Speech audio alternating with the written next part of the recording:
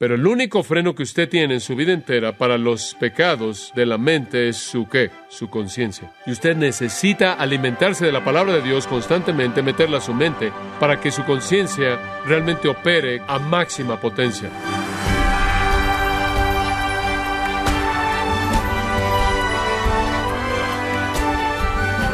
Qué alegría que nos acompañen, gracias a vosotros, con el pastor John MacArthur. El creyente, cuando es salvo, es liberado de la esclavitud del pecado y es limpiado de todos sus pecados a través de la sangre de Cristo. Sin embargo, mientras vivamos en un cuerpo pecaminoso, tenemos que luchar para poder vivir una vida justa y santa delante de Dios. Pero ¿cómo es que el creyente puede evitar el pecado en su vida? Bueno, el día de hoy, en este programa, el pastor John MacArthur, la voz del pastor Luis Contreras, contestará esta pregunta en la serie Cimientos, volumen 2, en gracia a vosotros. Permítame leerle el versículo 12 para establecer el contexto, para profundizar un poco más en este asunto de la conciencia. Pablo escribe, porque nuestra gloria es esta, el testimonio de nuestra conciencia, que con sencillez y sinceridad de corazón, no con sabiduría humana, sino con la gracia de Dios nos hemos conducido en el mundo y mucho más con vosotros. Ahora recordará que el apóstol Pablo estaba siendo atacado en su integridad, su justicia, su autoridad, su credibilidad, su eficacia. Él estaba siendo atacado en todo frente. Y en defensa de sí mismo, él apela a la corte más elevada. La corte más elevada que está en la tierra, fuera de Dios mismo, y es la conciencia. Él no pide el testimonio de otros hombres que vengan a ayudarle, no pide que algún grupo escriba una carta de recomendación. Él simplemente dice, sea lo que sea que ustedes están diciendo, nuestra confianza es esta, el testimonio de nuestra conciencia. Y su conciencia estaba afirmando que él era santo y piadoso y sincero, que él se había conducido a sí mismo de manera apropiada en la gracia de Dios en el mundo y hacia los corintios. La conciencia entonces es la corte más elevada en la tierra. La conciencia es el sistema de advertencia del alma, como lo señalamos en nuestro último mensaje acerca de esto. Es la conciencia, según Romanos 2:15, la cual nos acusa o nos justifica, esto es, nos afirma como ser buenos y justos y santos, o nos condena como alguien que está actuando de manera mala, pecaminosa, impía. Y francamente, la conciencia es el mejor crítico porque conoce los secretos más profundos de nuestro corazón y nadie más los conoce fuera de Dios. Si vamos a tener una vida en paz y vamos a tener una vida tranquila, como Pablo la llamó una vida tranquila y en paz, y vamos a disfrutar de la felicidad y la satisfacción, vamos a tener el tipo de gozo que hace que nuestro corazón se regocije y nos da la libertad de servir a Dios con gusto y felicidad y sin restricción. Entonces tenemos que tener una conciencia limpia. Realmente esa debe ser la meta y el deseo de todo creyente, el poder decir lo que Pablo dijo: pueden acusarme lo que quieran, pero el testimonio de mi conciencia es este, que estoy viviendo en santidad y en sinceridad piadosa. Debemos experimentar ese tipo de afirmación por parte de nuestra conciencia. Y eso es desafiante, porque el pecado afecta toda nuestra vida, todo nuestro ser, lo más profundo de nuestro ser. La pecaminosidad se encuentra en la médula del alma humana. Jesús dijo, por ejemplo, en Mateo 5, versículos 19 y 20, del corazón salen los malos pensamientos, los homicidios, los adulterios, fornicaciones, robos, testimonios falsos, calumnias. Estas son las cosas que contaminan al hombre. Y después dice él, el hombre malo del mal tesoro de su corazón saca lo que es malo, porque de la abundancia del corazón habla la boca. Lucas 6:45. En otras palabras, en la profundidad del corazón humano está la pecaminosidad que permea todo y se levanta para crear el tipo de palabras y el tipo de acciones que identificamos como pecaminosas. Francamente, es la naturaleza humana el amar el pecado y el odiar a Dios. La mente carnal, Romanos 8:7, dice, es enemistad contra Dios. Nacemos amando el pecado, amándonos a nosotros mismos, odiando la justicia y odiando a Dios. Sin embargo, aunque nacemos de esa manera, escuche esto, el pecado no es una debilidad, una falla por la cual no podemos ser hechos responsables. Es un antagonismo energético deliberado en contra de Dios, que emana de nuestra voluntad. Los pecadores, de manera libre, deliberada y gustosamente escogen el pecado. En otras palabras, el pecado que hay en nosotros se manifiesta a sí mismo en una rebelión deliberada, intencional en contra de Dios. Lo que la gente necesita de manera desesperada, exposición constante a la palabra de Dios, lo cual es lo único, escuche esto, lo único que lo va a mantener usted sensible a la moralidad divina semana tras semana tras semana, conforme usted es atacado por lo demás. Cuando necesitamos eso de manera desesperada, el mantener nuestra sensibilidad al estándar de Dios y a la verdadera santidad y a la verdadera pureza, las iglesias están haciendo eso a un lado a favor de entretener a su congregación. Y es un tiempo sorprendente en el que vivimos. Ahora, ¿cuál es el pecado que es el más serio? Sabemos qué es el pecado. Es cualquier violación de la ley de Dios. Y nunca vamos a ser sensibles al pecado a menos de que constantemente nos mantengamos sensibles a la ley de Dios, y usted hace eso mediante la enseñanza de la palabra. Que la cultura simplemente está ahogando a la gente, incluyendo a la gente cristiana, en esta nueva moralidad y esta nueva explicación psicológica de la iniquidad y esta nueva basura acerca de la autoestima y la necesidad de edificar, de construir su ego. Sabemos lo que es el pecado. Simplemente conforme somos expuestos a la palabra de Dios, y creo que esto tiene que suceder todo el tiempo. Este no es un momento para sermones cortos que son interesantes. Este es un momento para sermones largos que son demandantes. Mantener una vida pura es muy, muy desafiante en esta época. Y necesitamos oír la palabra de Dios. Pero profundicemos un poco más. ¿Cuál es el pecado más serio? ¿Cuál es el pecado más serio? Y le voy a decir cuál es la respuesta. Los teólogos medievales lo dijeron de manera correcta. Son los pecados de la mente. Son los pecados de la mente. Jesús lo dijo. Es a partir del corazón que la boca habla. Es lo que hay en el corazón del hombre que sale, que es tan contaminante. Y el verdadero desafío en nuestras vidas, amados, es mantener una mente pura, y esto es muy desafiante. Y yo creo que la única manera de suceder es ser traído continuamente, por así decirlo, a los pies de la palabra de Dios y ser proclamada de manera convincente. De hecho, los 7 pecados veniales de la teología medieval no eran conductas en absoluto, eran pecados de la mente, todos ellos. Y ningún pecado es más destructivo para la conciencia que el pecado que se lleva a cabo en la arena de la mente. Los pecados en la mente atacan la conciencia como ningún otro pecado, porque, escúcheme, la conciencia es el único freno. Un amigo cristiano puede ser un freno a un pecado de la lengua, ¿no es cierto? Usted va a tener cuidado con lo que dice si está junto a otro cristiano, ¿no es cierto? Un amigo cristiano, un marido, una esposa, un niño, va a ser un freno para pecados de acción. Pero el único freno que usted tiene en su vida entera para los pecados de la mente es su ¿qué? Su conciencia. Y usted necesita alimentarse de la palabra de Dios constantemente, meterla a su mente, para que su conciencia opere a máxima potencia. Su conciencia necesita ser tan sensible a los pecados de su mente para que usted pueda disfrutar lo que Pablo disfrutó cuando dije, nuestra confianza, el testimonio de una conciencia buena. Usted tiene que enfrentar los pecados de la mente. Solo usted y solo Dios saben de ello. 1 Corintios 2:11 dice, porque ¿quién entre los hombres conocen los pensamientos del hombre, excepto el espíritu del hombre que está en él? ¿Quién sabe? Nadie sabe, solo usted en su propio espíritu. Mucha gente que no hace obras malas, no obstante, son atrevidos y son malos en sus pensamientos. No actúan de manera mala porque hay presión externa y hay razones de peso por no hacerlo, pero están involucrados en la maldad en sus mentes. Un hombre quien, por ejemplo, se abstiene de la fornicación por temor de ser sorprendido, se podrá convencer a sí mismo de que está bien satisfacer en su propia mente fantasías pecaminosas, porque él cree que nunca nadie descubrir un pecado privado como ese. Pero la realidad es que el pecado que él entretiene de manera deliberada en su mente puede ser 1000 veces más malo que cualquier cosa que jamás llegaría a ser delante de otros. Y las Escrituras dicen que su culpabilidad es igual delante de Dios como si lo actuara. Esa es la razón por la que su conciencia es tan demandante, tan imparable. Como puede ver, el satisfacer pecados de pensamiento, meterse en ese tipo de cosas es molestar su conciencia de manera directa, atacarla de manera directa. Y eso es simplemente tener culpabilidad interminable y la ausencia de gozo. Aquellos cuyos pensamientos son impuros no pueden tener conciencias limpias, conciencias puras. La culpabilidad es inherente en el pensamiento malo.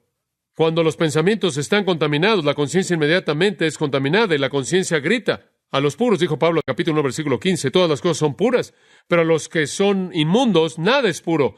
Tanto su mente como su conciencia está contaminada. Cuando la mente está contaminada, la conciencia está contaminada. Nada daña a la conciencia más que el hábito de meterse en pensamientos malos. Desafortunadamente, una vez que se ha comenzado la práctica, se vuelve demasiado rápida. Y por cierto, este es el pecado que no necesita oportunidad alguna. ¿Ha notado eso? No se necesita a nadie, ni a nada, ni ningún lugar en particular. Los pecados de la mente pueden suceder en cualquier lugar, en cualquier momento, bajo cualquier circunstancia. Y esa es la razón por la que cuando usted comienza a cultivar pecados de la mente, usted se coloca en una situación totalmente aterradora porque no puede escapar. Hay algunos pecados de los que puede huir, no de los pecados de la mente. Entonces es destructivo más allá de cualquier cosa. Usted cree que está bien porque no está afuera y todo el mundo piensa que todo está bien. Y la realidad es que está peor por dentro porque no es detectado por otros y por lo tanto está cultivando iniquidad habitual al involucrar la mente y las emociones y el deseo y la memoria y la imaginación, pensamientos de pecado. Usted va a volver su alma hacia hábitos pecaminosos en ese tipo de flujo. Siembre usted un pensamiento, coseche un acto. Siembre un acto, coseche un hábito. Siembre un hábito, coseche una vida. Siembre una vida y coseche un destino. Y es algo trágico, y esa es la razón por la que es tan importante que usted oiga la palabra de Dios constantemente y sea sensible al pecado de manera constante. Y de nuevo regreso a este asunto porque me preocupa tanto. La gente puede ir a muchas iglesias una y otra y otra y otra vez y el pecado nunca es confrontado. Eso puede hacerlos sentirse momentáneamente cómodos, pero no hace nada para su conciencia a largo plazo.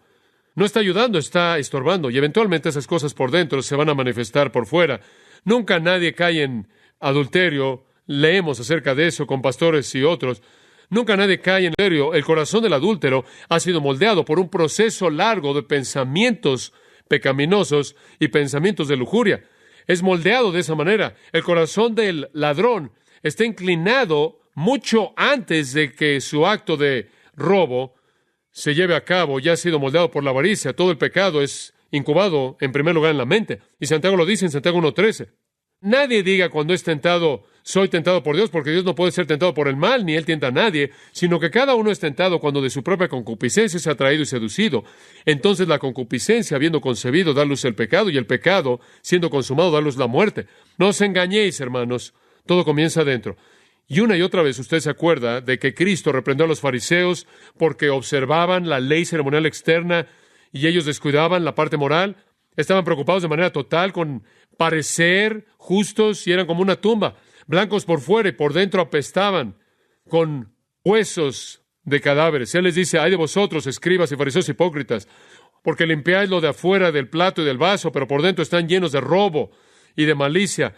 Fariseo ciego, limpia primero la parte de adentro del plato y del vaso para que lo de afuera pueda también ser limpio. Ay de vosotros, escribas y fariseos hipócritas, porque sois como sepulcros blanqueados, que por fuera se ven hermosos, pero por dentro están llenos de huesos de muertos y de toda impiedad, porque también ustedes por fuera parecen justos a los hombres, pero por dentro están llenos de hipocresía y de impiedad. ¿Y sabe usted que los fariseos habían llegado al punto en el que de hecho creían que los pensamientos malos realmente no eran pecaminosos, solo las obras malas? Y esa es la razón por la que Jesús les dijo, habéis oído que se dijo a los antiguos, no mataréis, y cualquiera que matare será culpable de juicio. Pero yo os digo que cualquiera que se enoje contra su hermano será culpable de juicio. Habéis oído que se os dijo, no cometeréis adulterio, pero yo os digo que cualquiera que mire una mujer codiciarla ya adulteró con ella en su corazón.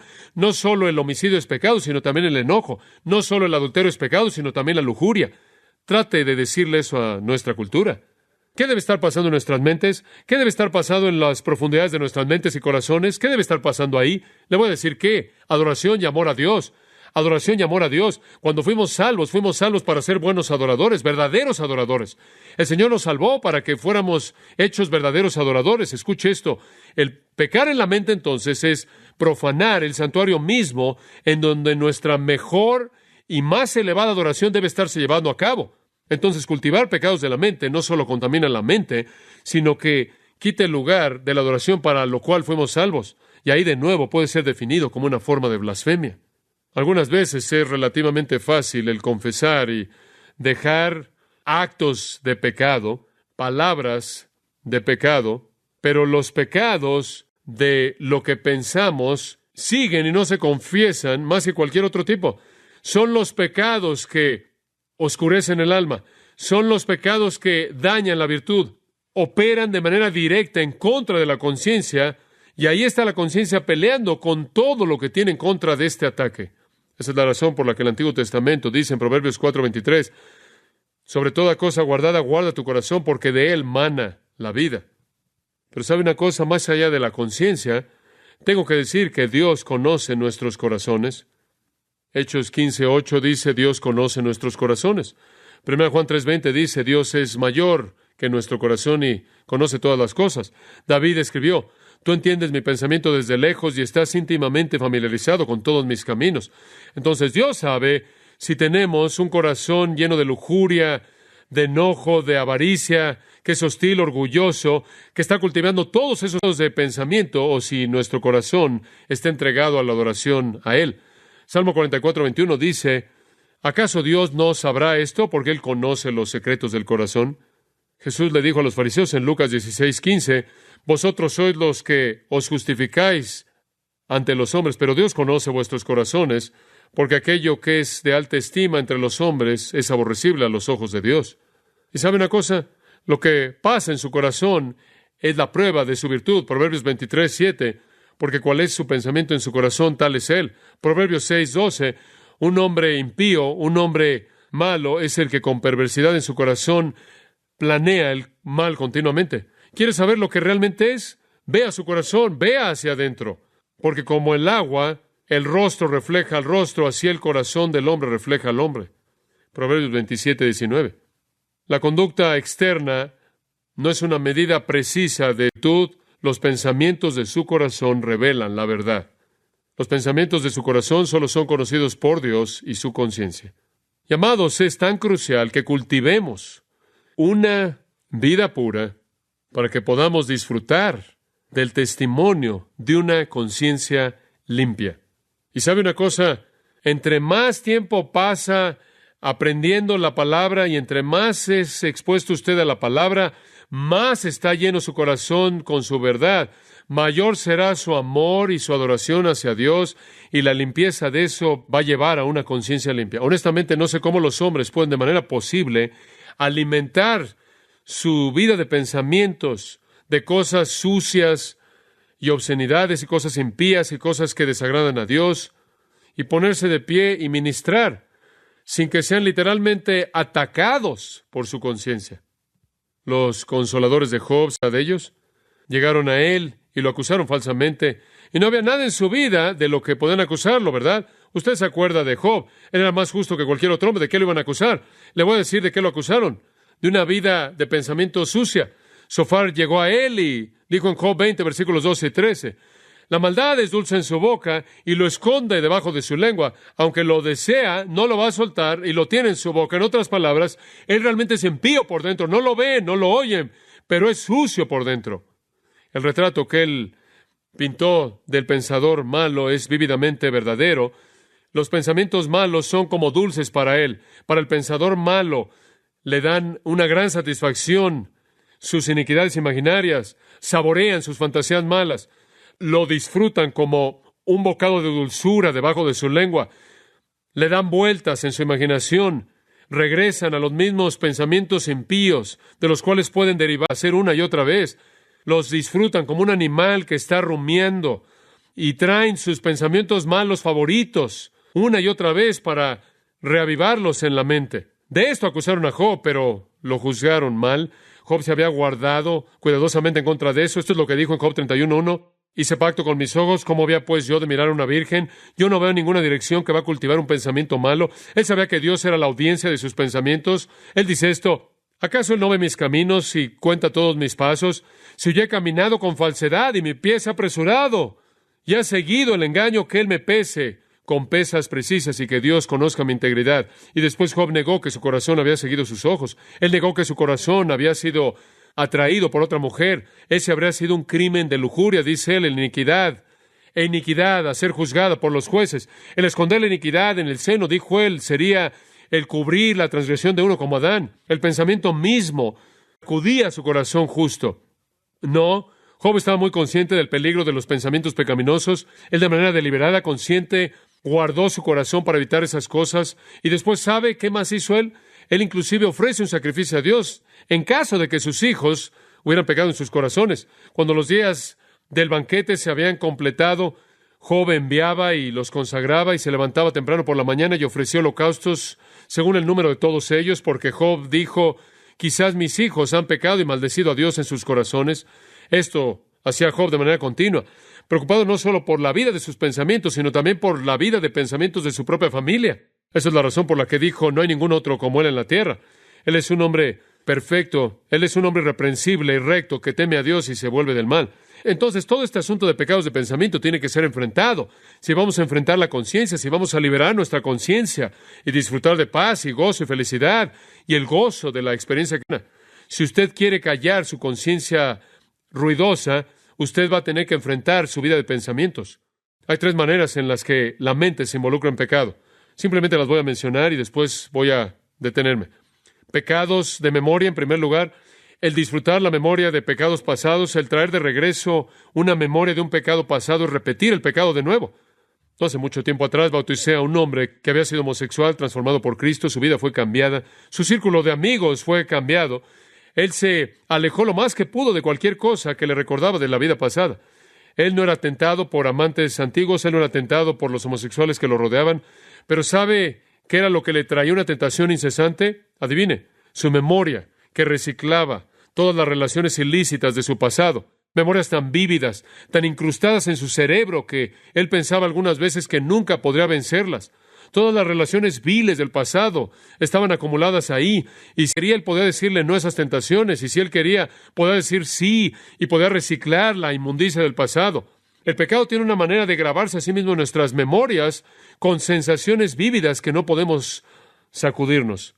Y le voy a decir una cosa, me entristece cuando sé que personas jóvenes que fácilmente son impresionadas en sus años de adolescencia se van y se sientan en una película y observan a personas que tienen metros de altura en un drama vívido, involucrados en actividades sexuales, y suponen que esas imágenes pueden permanecer en las mentes de esos jóvenes para siempre, por lo menos en esta vida. No las puede sacar de ellos, no las puede hacer un lado. Y Satanás puede hacer que entre ese ciclo y su carne también puede hacer eso. Y eso no solo es característico de los pecados sexuales. A algunas personas les encanta repetir las memorias de el momento en el que se enojaron y se vengaron en contra de alguien que odiaban, o el momento en el que mintieron y se salieron suya, o disfrutan el momento en el que mintieron ahí en su declaración de impuestos. Todo tipo de tentaciones vienen de la memoria. Satanás va a tratar de regresarlo y meterlo a la basura de su pasado, y una vez que usted implanta una imagen en su mente, no la puede quitar, está ahí. Entonces, una manera en la que pecamos en la mente es a través de acordarnos del pecado en el pasado. En segundo lugar, pecados de planeación. La mente, como vimos en Santiago, comienza a tener un deseo pecaminoso, hace que gire su deseo en la imaginación y desarrolla la fantasía completa, y planea y trama el pecado premeditado. Y después se vuelve la tercera cosa, el pecado imaginario. En la planeación, de hecho, podría terminar en una acción real de pecado, pero hay pecados de imaginación, de imaginar puramente el pecado. Cometer adulterio en el corazón, asesinar en el corazón, codiciar en el corazón, estar insatisfecho con lo que usted tiene en su vida, estar soñando con estar casado con alguien más, estar pensando en un lujo que querría su vida, estar satisfaciendo la glotonería en una vida imaginaria. Literalmente millones de personas viven así, en este tipo de fantasía de pecado. ¿Y sabe lo que creo? Usted ha oído de esta teología de la confesión positiva. Yo creo que en la mayoría de los casos no es nada más que pecados de fantasía. No es piadoso, no es virtuoso y no es fe. Decir, quiero un nuevo Rolls Royce, un nuevo Cadillac, una nueva casa, un mejor trabajo, más dinero, y voy a creer que Dios lo va a hacer, no es un acto justo de fe, es una iniquidad, es un pecado de fantasía, es lujuria, es avaricia. Y entonces la mente puede pecar al recordar, al planear pecados en el futuro y al desarrollar la imaginación. El salmista dijo, crea en mí que, oh Dios, un corazón limpio, para que él pudiera tener una conciencia limpia. Permítame pedirle que escuche y concluiremos en oración. ¿Cómo va a enfrentar el problema de pecados de pensamiento? Primero, confiéselo, identifíquelo y déjelo. Si inmoralidad, enojo, venganza, o amargura, o avaricia, o falta de contentamiento. En segundo lugar, rehúse entretener el pensamiento. Haga un pacto con el Señor a pensar en cosas que son honorables, justas, puras, buenas. Después aliméntese de la palabra, la cual cuando es escondida en el corazón previene el pecado. Y después evite las atracciones malas. No se exponga a cosas que provocan pecados de pensamiento. Y después cultive el amor de Dios. Es mi oración y mi deseo por usted que usted glorifique a Dios, honre a su Salvador y disfrute de la bendición triunfal de una conciencia limpia, y que usted pueda decir con Pablo: nuestra gloria es esta, el testimonio de nuestra conciencia, que con sencillez y sinceridad de Dios, no con sabiduría humana, sino con la gracia de Dios nos hemos conducido en el mundo. ¡Qué testimonio! Padre, lleva a cabo eso en todo corazón, limpia todo corazón, y que tengamos una conciencia que nos defiende, el gozo y la conciencia que nos defiende. Gracias porque el perdón está disponible, y que no es solo un sentimiento, es un hecho dado al que pide, porque si confesamos, tú perdonas. Crea en nosotros un corazón limpio, Dios, por causa de Cristo. Amén.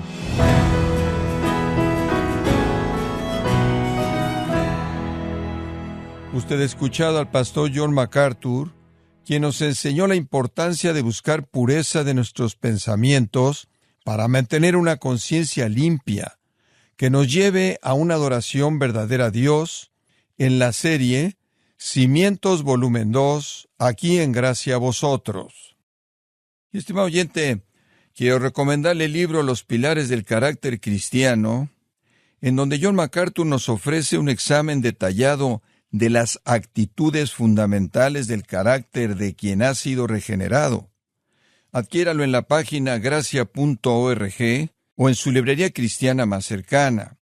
Y también le recuerdo que puede descargar todos los sermones de esta serie Cimientos Volumen 2, así como todos aquellos que he escuchado en días, semanas o meses anteriores, animándole a leer artículos relevantes en nuestra sección de blogs, ambos en gracia.org.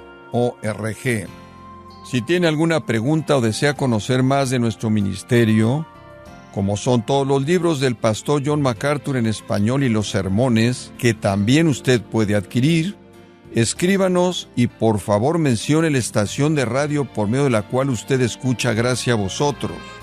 Es importante conocer no solo el país y ciudad de donde usted nos escucha, sino también la radio. Para quienes contactan nuestro ministerio por primera vez, pueden solicitar una copia del mensaje de promoción sin costo alguno, un mensaje por oyente únicamente. Si usted vive en Estados Unidos o Puerto Rico, escríbanos a Gracia a Vosotros, P.O. Box 4000, Panorama City, California, 91412, o puede escribirnos a través del siguiente correo electrónico: radio@gracia.org.